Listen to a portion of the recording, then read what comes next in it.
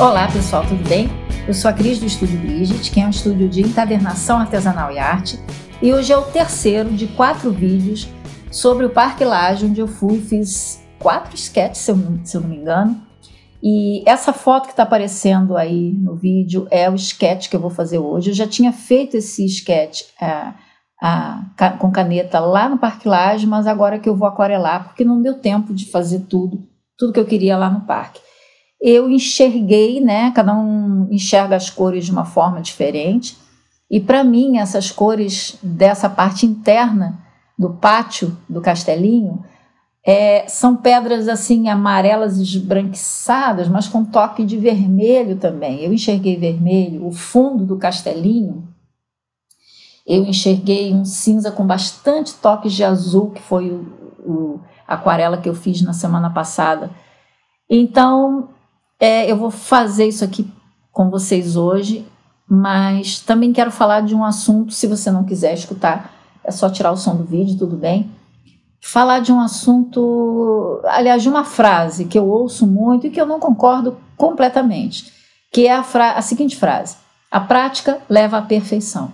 Eu discordo, ou pelo menos eu concordo em parte. Eu acho que a prática leva à perfeição, mas é preciso que a gente estude, pesquise, veja a teoria daquilo que a gente está fazendo, para que a gente possa fazer cada vez melhor e quem sabe um dia alcançar a quase perfeição. Eu digo quase perfeição porque eu não acredito em coisas assim perfeitas. Eu acho que todo artista, quando ele acaba a obra dele, né, de arte, ele sempre vai achar um defeito, ele sempre vai saber que alguma coisa não ficou exatamente como ele queria. Então, um especialista pode dizer que é uma obra-prima, um leigo pode dizer que é uma coisa maravilhosa, mas pode ser que o artista tenha uma outra ideia, né? Diga, não, aqui, ali, eu podia ter feito assim, não fiz, ou eu não consegui, né? Então, eu acho que a prática leva à perfeição. Essa palavra perfeição, para mim, também quer dizer isso, a perfeição do momento. Mas vamos adotar essa palavra, tudo bem. A prática leva à perfeição desde que a gente estude, pesquise para ver como fazer melhor. Porque a prática também pode levar uma pessoa a fazer o mesmo erro durante anos e anos e anos, né? Por exemplo, vamos supor que você pega um olho, né? Você vai desenhar ou pintar o rosto humano. O rosto humano de frente é uma coisa, de lado ou de perfil é outra. Então, um olho humano de frente é uma coisa, um olho humano de lado ou de perfil é outra. Então, se você pegar um rosto e desenhá-lo de perfil, mas colocar o olho como se ele estivesse de frente, é um erro, né? A não ser que seja o estilo do artista, que também tem estilos, né? Mas se não for estilo, se realmente a pessoa está fazendo o que acha que está certo, aquilo ali é um erro. Então, se ela não estudar, se ela não observar outros artistas, ela vai desenhar aquele olho daquele jeito até o fim da vida dela, se ela não fizer uma pesquisa e não observar, né? Então, eu acho que a gente, em algum momento da nossa vida artística, a gente tem que parar e tem que estudar. Não precisa ser um estudo de faculdade, universidade, porque hoje em dia a internet ensina muita coisa, a gente pode aprender muita coisa com quem sabe, né? Tem muita fera aí fazendo vídeo, gente maravilhosa. Então, a gente pode ver o que eles estão fazendo. E também tem muitos sites, muito material que a gente pode pesquisar de teoria das cores, luz e sombra, tons, perspectiva de 1 ponto, 2, 3. Então, essas noções a gente tem que saber. Tem que saber o que é isso tudo, como é que funciona isso tudo num desenho, como é que ele vai afetar a nossa pintura, como é que a gente cria noções de profundidade, volume, sabe? A gente tem que ler sobre isso tudo. E aí, quando a gente faz o nosso desenho ou pintura, a gente tenta atingir aquelas coisas que a gente leu, que a gente pesquisou, não é? E claro que às vezes a gente não consegue, sempre falta algum detalhe, né? Mas a prática está aí para isso.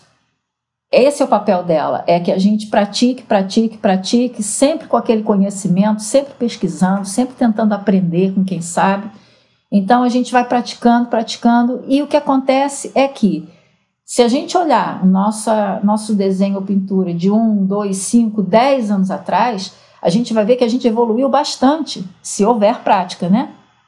A gente evoluiu bastante.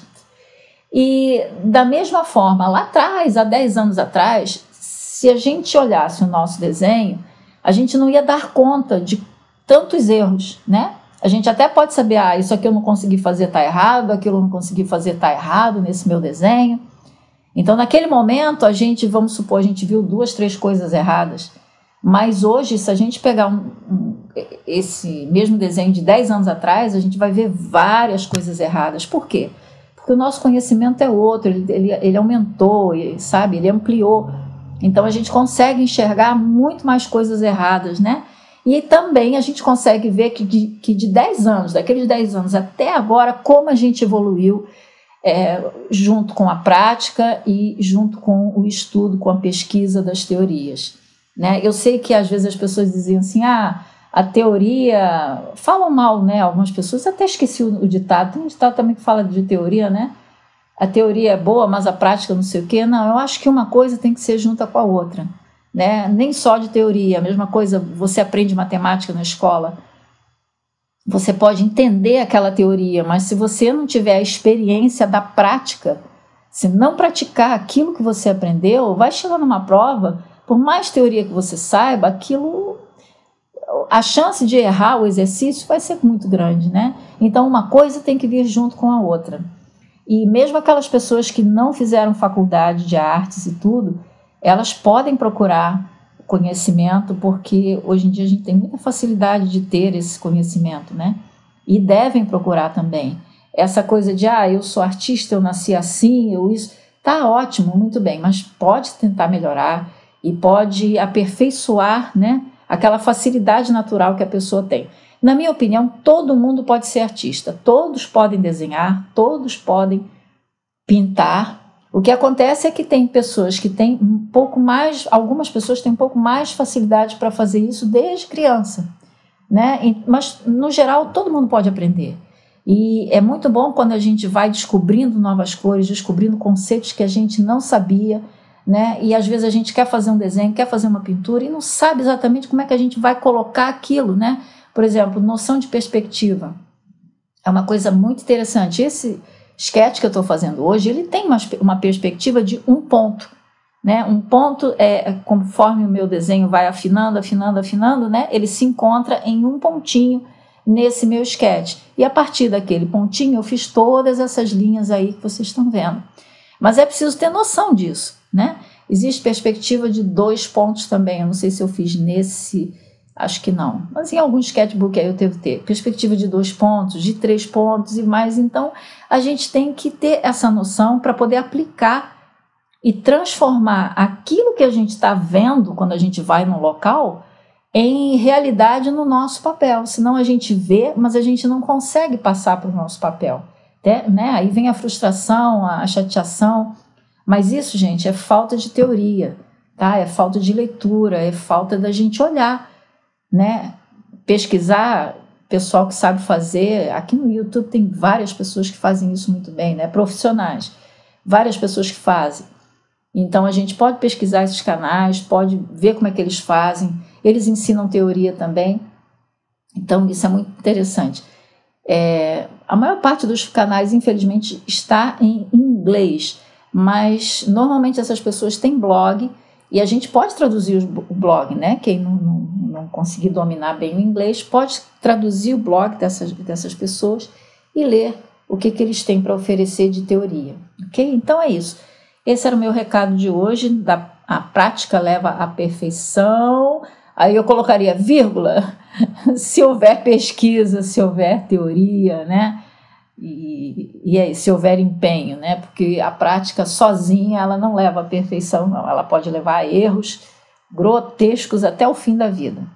Então é isso, eu estou com o meu desenho quase acabado. Eu sempre tenho aquela história, né, de saber quando acabar. Isso não acontece só comigo, muita gente é assim, a gente vai fazendo, aí a gente diz assim, tá pronto. Aí tá pronto, aí larga o pincel, quando vê já tá pegando a caneta para fazer, falta isso, falta aquilo. Mas um sketch é uma ideia daquilo que eu estou vendo.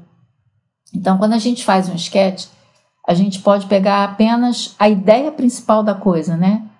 Como eu falei na semana passada, se eu pegar esse meu livro aí, daqui a 10 anos eu sei que isso aí é o interior do castelinho, é o pátio interno, né? Não precisei desenhar as colunas certinhas, com todos os desenhos e esculturas minúsculas que tinha nessas colunas, não preciso fazer isso, tá bom? E eu sei que tem muitas pessoas detalhistas, né? E eu sou uma pessoa detalhista porque eu desenhei muito clássico durante muitos anos na pintura a óleo. Então, para mim, é difícil largar esses detalhes, sabe? Eu olho assim e vocês vão ver aqui no final do vídeo que eu vou completar com caneta, né? Com marcador. Aí daqui a pouco eu pego a caneta de novo, mas eu tenho que me controlar e parar. Acabou, chega. Eu consigo identificar que é o pátio do Parque Lage? Consigo. Então chega, Cris, acabou, larga esse pincel, larga essa caneta. Mas eu tenho essa dificuldade porque foram muitos anos pintando clássico, né? Mas eu estou melhorando, eu estou tentando, eu estou tentando largar assim aqueles detalhes. Mas agora esse verde aí, porque o castelinho, na verdade, o palacete, né? Ele é envolto de muitas árvores bem altas, tanto que dentro do castelinho havia a claridade do sol, era de manhã. Mas no terreno em si não, porque as árvores não deixavam ainda o sol entrar. Essa é uma caneta que eu uso bastante, é a Brush da Sakura. É uma caneta preta e ela é permanente. Essa outra daí, que eu vou fazer agora, que eu vou usar, ela não é permanente, ela é como se fosse uma aquarela. E ela vem dentro de um estojo com outras 5 canetas em tons de cinza. E toda vez que eu tenho um estojo, seja lá do que for, lápis de cor, canetinha, giz de cera, eu faço uma tabela de cores, ó, que é o que eu estou mostrando, porque as cores no papel se comportam de um jeito. E as cores que o fabricante tentou fazer nas tampas das canetas, né, tentando dizer, olha, essa caneta é dessa cor, não são muito parecidas com as cores no papel, não. Ó. São bem diferentes, né? Então eu vou usar essa daí que eu estou passando o dedo. Ele é um cinza escuro, mas ele puxa para o turquesa. Ele puxa para o azulado. E para mim é bom porque o fundo do castelinho, do pátio interno, eu enxerguei muito cinza com azulado. Até representei aí, onde eu estou passando a caneta agora, até representei o fundo ali no meu sketch com azulado, porque são os meus olhos que veem assim. Você sabe que a gente enxerga diferente, né? Eu já falei isso também no outro vídeo. Então, para quem não sabe, para quem não viu o outro, assim, se você olhar para esse meu desenho, você vai enxergar a mesma coisa, azul, tem azul aí, tem vermelho, amarelo, você pode até enxergar, tem um verde ali da planta, você pode enxergar verde em outros lugares, dependendo, né? Mas aí você vai para uma outra pessoa e ela vai enxergar as mesmas cores, mas com diferenças, entende? Ela vai enxergar ou mais escuro, mais claro, mais vívido, ou mais opaco. Então, todo mundo enxerga diferente. Então é isso, gente. Meu desenho, meu sketch está acabando. Eu, depois dessa caneta aí, eu estou tentando fazer uns pontinhos assim mais escuros. Eu já falei assim em alguns vídeos que eu gosto de cores escuras, eu gosto de cor forte. Para mim, fazer aquarela muito aguada é um problema, porque eu tenho que me controlar muito, porque eu gosto muito de cor forte. Aqui eu estou fazendo os escuros, porque realmente lá estava escuro. Isso aí é tipo uns corredores, né, embaixo desses arcos, e estava escuro ainda. E às vezes eu começo a fazer o sketch e não começo pela aquarela. Eu faço o desenho a lápis, cubro com canetinha, ou faço direto com canetinha, ou especialmente com caneta tinteiro, às vezes eu faço isso sim.